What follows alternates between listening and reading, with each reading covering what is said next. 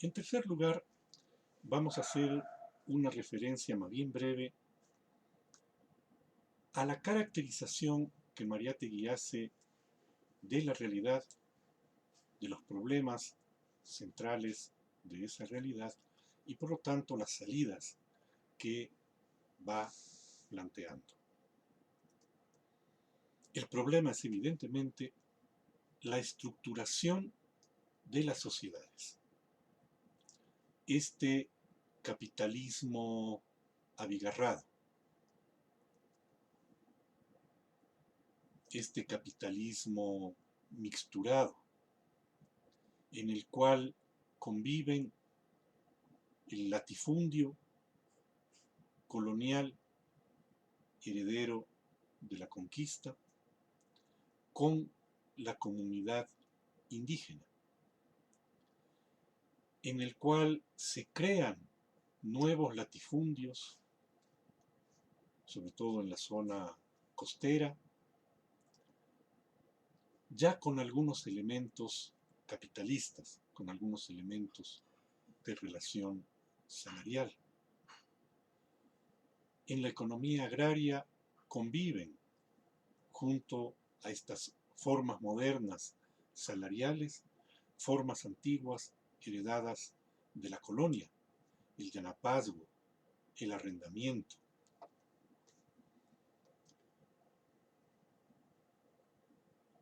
Una sociedad en la cual los elementos iniciales de capitalismo, entre comillas, autóctono, conviven con el moderno capital imperialista que controla fundamentalmente los recursos naturales, las comunicaciones, la energía. Esto trae consigo también una mixtura de formas de dominación.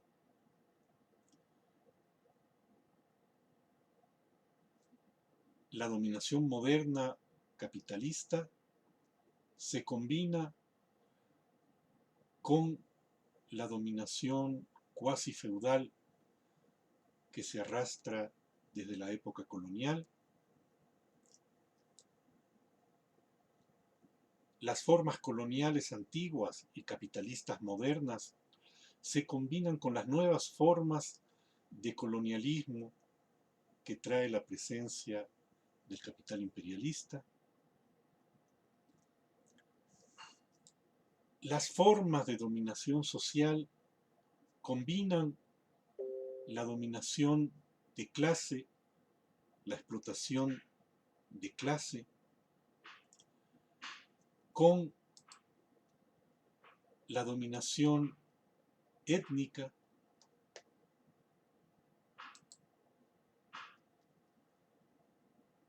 el dominio de clase, el dominio racial, se superponen y se combinan.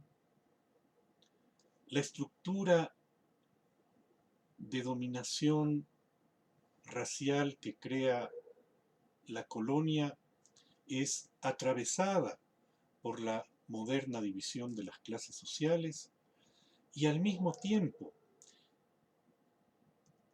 esta moderna división de la sociedad en clases sociales se ve permanentemente reconfigurada por la persistencia de las formas de dominio colonial, que subsisten tanto materialmente en las relaciones sociales cuanto en la mentalidad de la sociedad.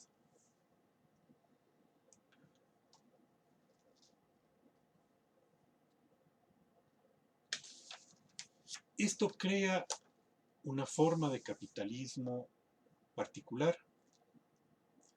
Esta forma de capitalismo es el resultado de la alianza económica, política, cultural de los grandes terratenientes latifundistas serranos, de los latifundistas modernos de la costa,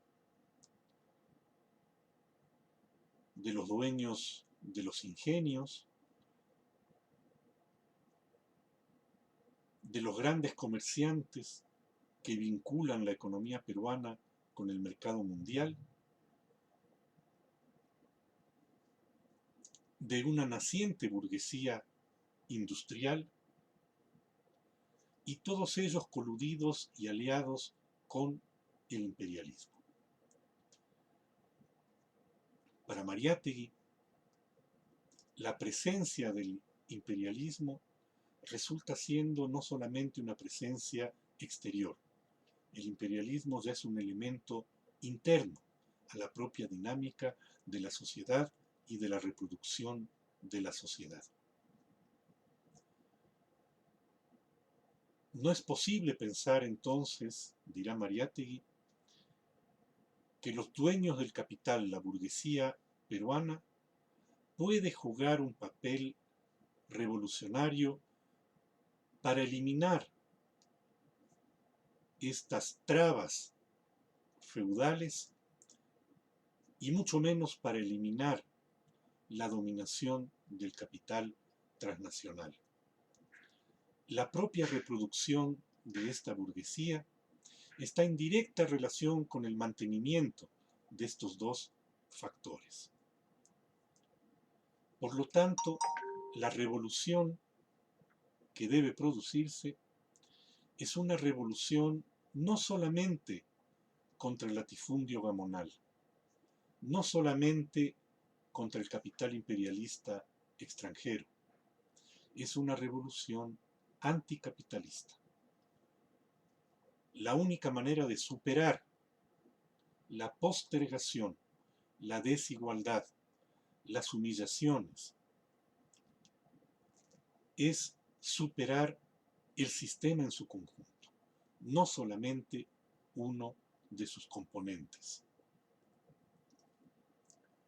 Esta revolución entonces debe apuntar de manera directa a la construcción de una sociedad socialista. Ahora bien, ¿qué tipo de alianza social es la que puede sostener esta propuesta de transformación? La alianza que Mariátegui aspira es la alianza entre los trabajadores del capitalismo moderno con los trabajadores intelectuales, empleados, con los sectores populares que se constituyen en las ciudades y con los campesinos e indígenas. Este es el frente único en el cual Mariátegui piensa y que a través de su acción intenta contribuir a que se construya. Por eso Mariátegui está entre los animadores y fundadores de la Confederación General de Trabajadores del Perú. Por eso, además de escribir los 7 ensayos, además de escribir análisis de críticas literarias, Mariátegui redacta también manifiestos políticos, análisis que son publicados en los periódicos de las federaciones obreras, porque el nexo tiene que ser el nexo del pensamiento con la acción, con la práctica. Esta alianza para Mariátegui tiene que tener 2 elementos fundamentales debido al carácter de la sociedad que se quiere construir. Estos 2 elementos fundamentales son la clase trabajadora urbana, el proletariado urbano, por un lado, y los pueblos indígenas, por otro lado. El proletariado urbano ofrece la perspectiva de una transformación de la sociedad moderna. Ofrece la posibilidad de liberar los elementos de asociación cooperativa del trabajo que el capitalismo moderno ha creado, pero mantiene sojuzgado en la propiedad privada y en la apropiación privada del excedente y de la riqueza.